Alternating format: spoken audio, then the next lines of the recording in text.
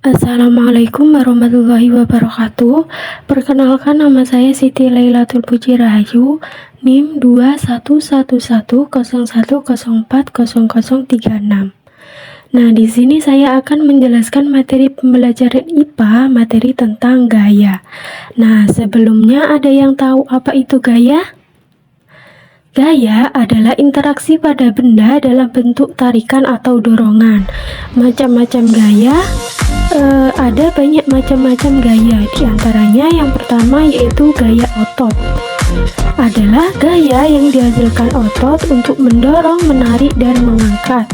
Contohnya menarik atau mendorong meja dan menendang bola.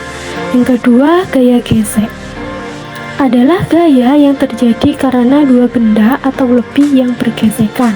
Contohnya gaya yang bekerja pada rem sepeda.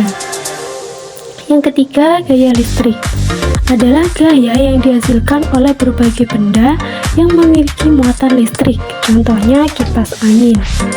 Yang keempat, gaya gravitasi adalah gaya yang dihasilkan oleh kekuatan bumi untuk menarik benda-benda ke bawah. Contohnya buah yang jatuh dari pohonnya. Yang kelima, gaya magnet adalah gaya yang dihasilkan dari magnet.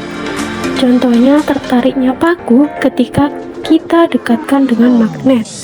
Yang keenam, gaya pegas adalah gaya yang berasal dari elastisitas suatu benda.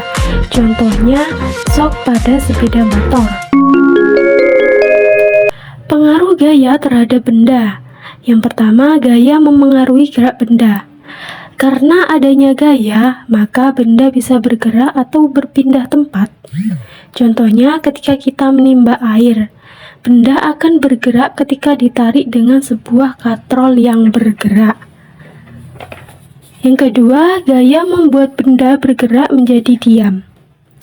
Gaya tidak hanya menimbulkan suatu gerakan, akan tetapi gaya juga bisa membuat sebuah benda berhenti bergerak. Contohnya, roda yang menggelinding dapat berhenti ketika kita menahannya. Yang ketiga, gaya memengaruhi bentuk benda. Benda dapat mengalami perubahan bentuk karena gaya berupa tekanan yang terjadi padanya. Contohnya, perubahan bentuk dari tanah liat menjadi berbagai barang yang menakjubkan.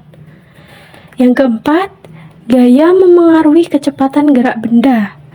Keberadaan gaya juga berpengaruh pada kecepatan gerak benda. Contohnya, sepeda motor ketika kita gas akan berjalan kencang, sedangkan jika direm akan berjalan lambat. Dan ketika memompa ban, jika semakin kuat kita memompanya, maka akan semakin besar gaya yang terbentuk.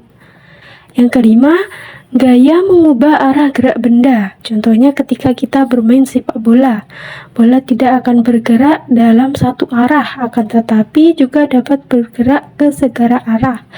Dan pada permainan jungkat-jungkit.